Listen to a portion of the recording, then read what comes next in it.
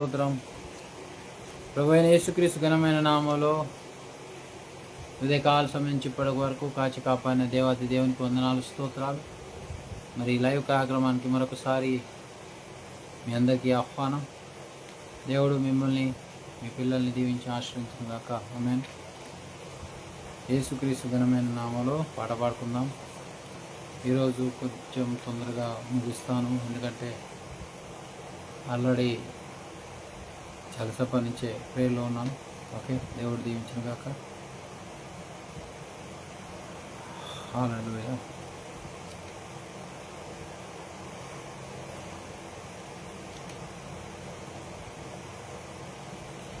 నీ ప్రేమ నేనేల మరతు, నీ ప్రేమ వర్ణింతునా,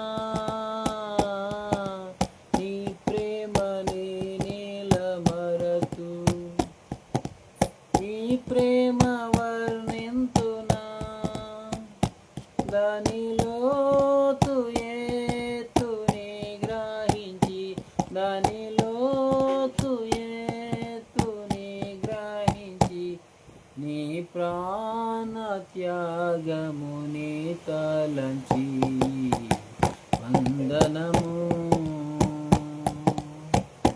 నీకే నా వందనము, వందనము నీకే నా వందనము. సర్వకృపానిధి నీవే, సర్వాధిపతియును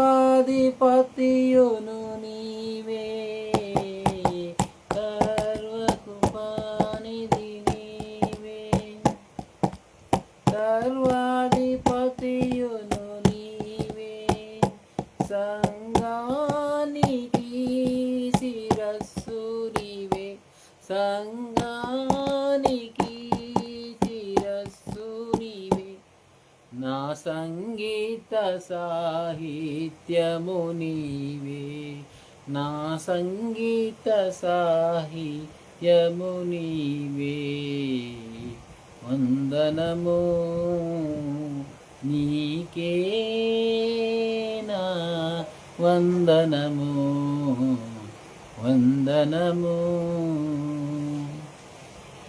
పరిశుద్ధమైన నీ నామం పరిమళ తైలము వలె,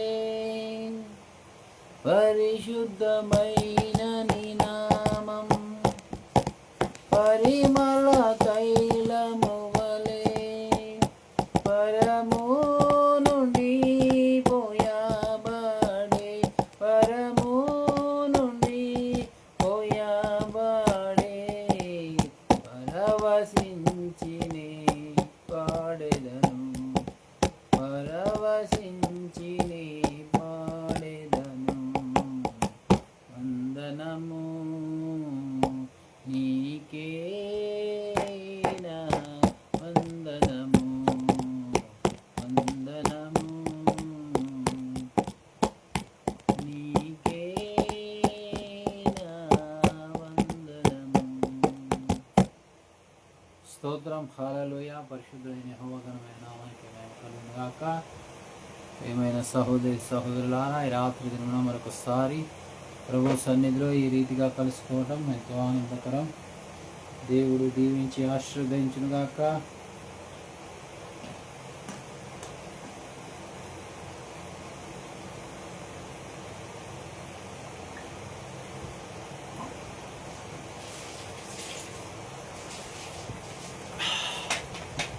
పరిశుద్ధుడైన యెహోవా ఘనమైన నామానికి నజరేయుడైన యేసయ్య నామములో స్తుతులు స్తోత్రాలు చెల్లిస్తూ మరొకసారి మరి దేవాతి దేవుని పరిశుద్ధ సన్నిధిలో మనం ఈ రీతిగా కూడుకొని మరి ఆయన నామాన్ని హెచ్చించుట ఎంతో శ్రేయస్కరం. మార్కు సువార్త 12వ అధ్యాయం చదువుకుందాం. ఆయన ఉపమాన రీతిగా వారికి బోధించెను. ఎట్లనగా, ఒక మనుష్యుడు ద్రాక్ష తోట నాటించి దాని పండ్లను దాని చుట్టూ కంచె వేయించి ద్రాక్ష తొట్టి తొలిపించి గోపురము కట్టించి కాపులకు దానిని విత్తకిచ్చి దేశాంతరమును పోయెను. పంటకాలమందు ఆ కాపుల నుండి ద్రాక్ష తోట పండ్లలో తన భాగము తీసుకొని వచ్చుటకు కాపుల యొద్దకు అతడు ఒక దాసుని పంపగా వారు వానిని పట్టుకొని కొట్టి బట్టి చేతులతో పంపివేసిరి. మరలా అతడు మరి ఒక దాసుని వారి యొద్దకు పంపగా వారు వాని తల గాయము చేసి అవమానపరిచిరి. అతడు మరి ఒకని పంపగా వానిని చంపిరి. అతడింకా అనేకులను పంపగా వారు కొందరిని కొట్టిరి, కొందరిని చంపిరి. ఇంకను అతనికి ప్రియ కుమారుడు ఒకడుండెను కనుక వారు తన కుమారుని సన్మానించెదరనుకొని తుదకు వారి యొద్దకు వాని అతనిని పంపెను. అయితే ఆ కాపులు, ఇతడు వారసుడును, ఇతని చంపుదాము రండి, ఇతడి అప్పుడు స్వాస్థ్యము మనదగునని తమలో తాము చెప్పుకొనేది. అతనిని పట్టుకొని చంపి ద్రాక్ష తోట వెలుపల పారవేసి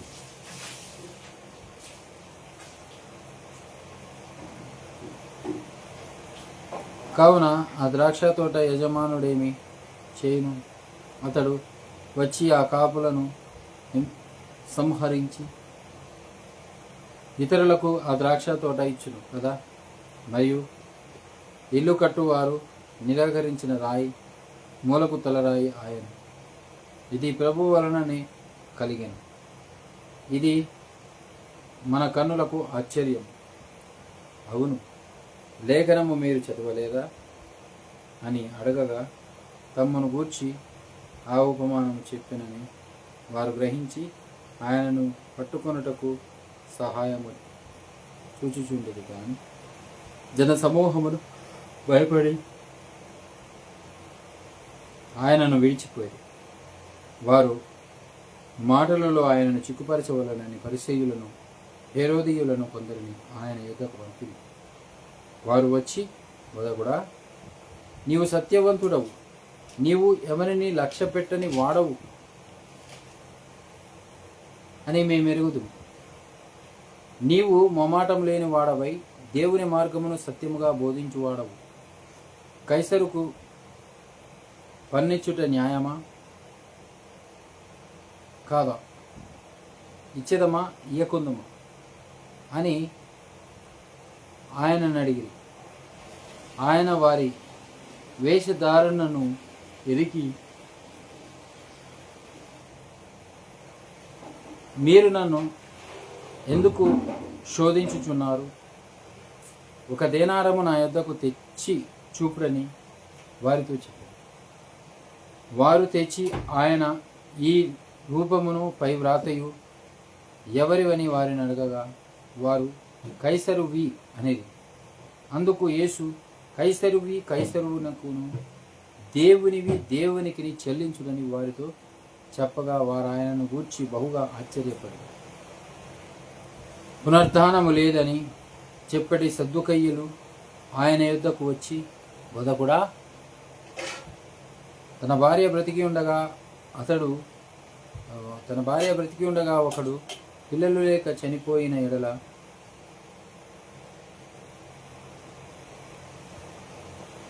వాని సహోదరుడు వాని భార్యను పెళ్లి చేసుకొని తన సహోదరునికి సంతానము కలగజేయవలనని మోషే మాకు రాసి ఇచ్చెను. 7 సహోదరులుండిరి.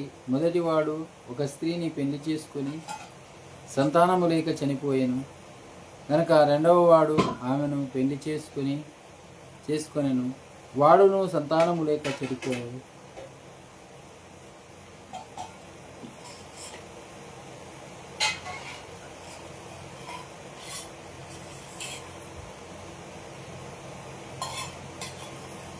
అటువలే మూడవ వాడును చనిపోయాను. ఇట్లు 7 సంతానం లేకయే చనిపోయి అందరి వెనుక ఆ స్త్రీయు చనిపోయిన. పునరుద్ధానమందు వారిలో ఎవనికి ఆమె భార్యగా ఉండును. ఆమె ఆ 7 భార్య ఆయను గదా అని అడిగి, అందుకు యేసు, మీరు లేఖనములను గాని దేవుని శక్తిని గాని ఎరుగగా పోవుట వలననే పొరబడుచున్నారు. వారు మృతులలో నుండి లేచినప్పుడు పెళ్లి చేసుకొనరు, పెళ్లికి ఇవ్వబడరు, కానీ పరలోకమందున్న దూతల వలె ముందురు వారు లేచెదరు. మృతులను గూర్చిన సంగతి మోషే గ్రంథమందలి పొదను గురించిన భాగములో మీరు చదవలేదా? ఆ భాగములు దేవుడు, నేను అబ్రహాము దేవుడను, ఇస్సాకు దేవుడను, యాకోబు దేవుడనని అతనితో చెప్పాను. ఆయన సజీవుల దేవుడు కానీ మృతులకు దేవుడు కాడు. కావున మీరు బహుగా పొరబడుచున్నారని వారితో చెప్పాను. శాస్త్రులలో ఒకడు వచ్చి వారు తర్కించుట విని ఆయన వారికి బహుగా ఉత్తరమిచ్చినని గ్రహించి, ఆజ్ఞలన్నింటిలో ప్రధానమైనది ఏది అని ఆయనను అడిగాను. అందుకు యేసు, ప్రధానమైనది ఏదనగా, ఓ ఇశ్రాయేలు వినుము, మన దేవుడైన ప్రభువు, అద్వితీయ ప్రభువు, నీవు నీ పూర్ణ హృదయంతోనూ, నీ పూర్ణ ఆత్మతోనూ, నీ పూర్ణ వివేకముతోనూ, నీ పూర్ణ బలముతోనూ నీ దేవుడైన ప్రభువును ప్రేమింపవలనన్నది ప్రధానమైన ఆజ్ఞ. రెండవది, నీవు నిన్ను వలె నీ పొరుగువారిని ప్రేమింపవలనన్నది రెండవ ఆజ్ఞ. వీటికంటే ముఖ్యమైన ఆజ్ఞ రెండవది. నిన్ను వలె నీ పొరుగువారిని ప్రేమింపవలనన్నది రెండవ ఆజ్ఞ. వీటికంటే ముఖ్యమైన ఆజ్ఞ మరేది లేదని అతనితో చెప్పాడు. ఆ శాస్త్రి, బోధకుడా, బాగుగా చెప్పితివి. ఆయన అద్వితీయుడని అనియు, ఆయన తప్ప వేరొకడు లేడనియు నీవు చెప్పిన మాట సత్యమే. తన్ను వలె తన పొరుగువాన్ని ప్రేమించుటయు సర్వాంగ అన్నింటికంటేనో బలుల కంటేనో అధికమని ఆయనతో చెప్పాడు. అతడు వివేకముగా ఉత్తరమిచ్చినని యేసు గ్రహించి, నీవు దేవుని రాజ్యమునకు దూరముగా లేవని అతనితో చెప్పాడు. ఆ తరువాత ఎవడునూ ఆయనను ఏ ప్రశ్నయో అడగ తెగింపలేదు. ఒకప్పుడు యేసు దేవాలయంలో బోధించుచుండగా, క్రీస్తు దావీదు కుమారుడని శాస్త్రులు చెప్పుచున్నారేమి? నేను ఈ శత్రువులను నీకు పాదపీఠముగా ఉంచు వరకు నీవు నా కుడివైపున కూర్చుండుమని ప్రభువు నా ప్రభువుతో చెప్పెను అని దావీదే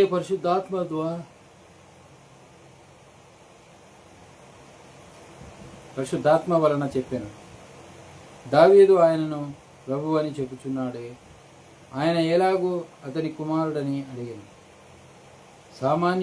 సామాన్య జనులు ఆయన మాటలు సంతోషముతో వినుచుండేది. ఆయన వారికి బోధించుచు ఇట్లనెను, శాస్త్రులను గూర్చి జాగ్రత్త పడుడి.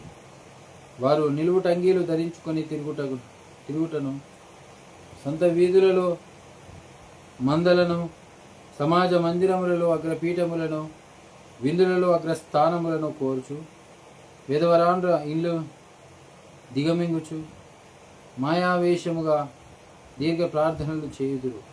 వీరు మరి విశేషంగా శిక్ష పొందుదురని.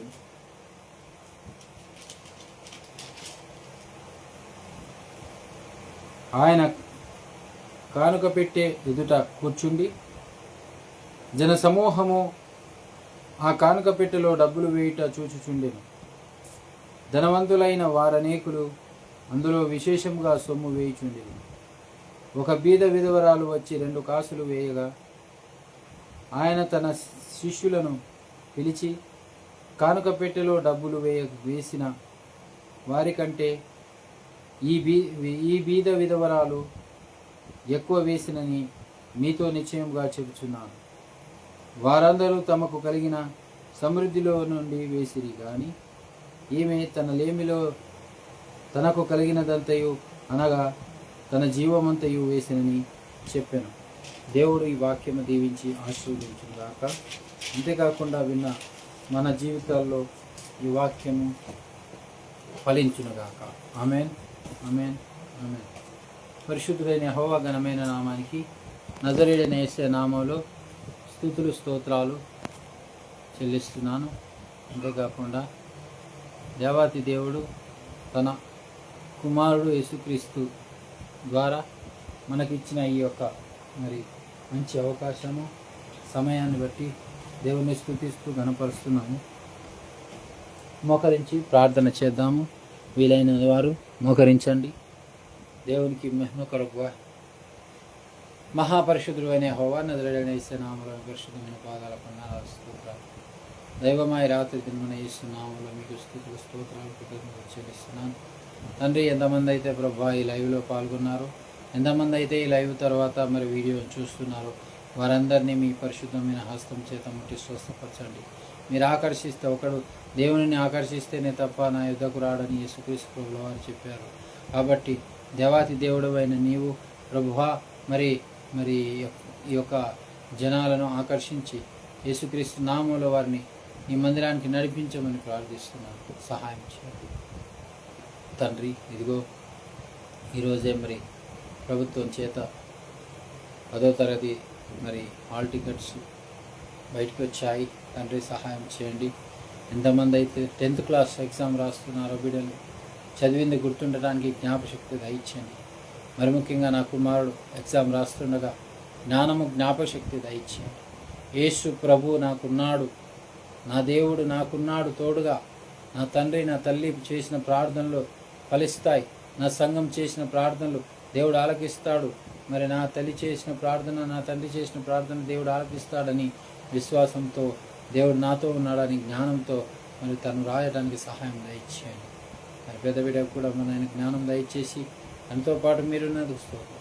అంతేకాకుండా రాత్రి దిన తండ్రి జ్ఞానం తెలివి వివేచనతో నా కుటుంబాన్ని నింపి ప్రభా శాంతి సమాధానం దయచేసి నీ సన్నిధిలో మేమంతా మోకరించి ప్రార్థించి నిన్ను స్తుతించి గణపరిచి ఆరాధించడానికి కృప దయచేయమని, ఆత్మతో నింపి వాక్యంతో నడిపించి నీ నామానికి మహిమ తెచ్చుకోమని, సమస్తమైన మహిమ ఘనత ప్రభావాలు మీరే పొందుకొని అత్యున్నత సింహాసనంపై ఆసీనుడైన యేసు ఘనమైన బలమైన నామలు అడిగి స్తుతించి పొందుకొని ఉన్నానని ప్రార్థిస్తున్నా పరలోకపు తండ్రి.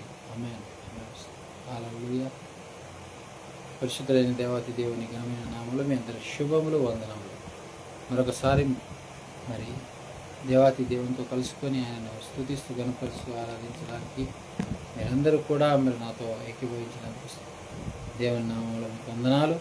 ప్రతిరోజు మరి లైవ్ కార్యక్రమానికి రండి, వచ్చి లైవ్ కార్యక్రమాన్ని వీక్షించండి, దేవుని దీవెనలు పొందుకోవాలని యేసు నామములో మిమ్మల్ని అందరూ కోరుచు. God bless you. Thank you all. Thank you Jesus.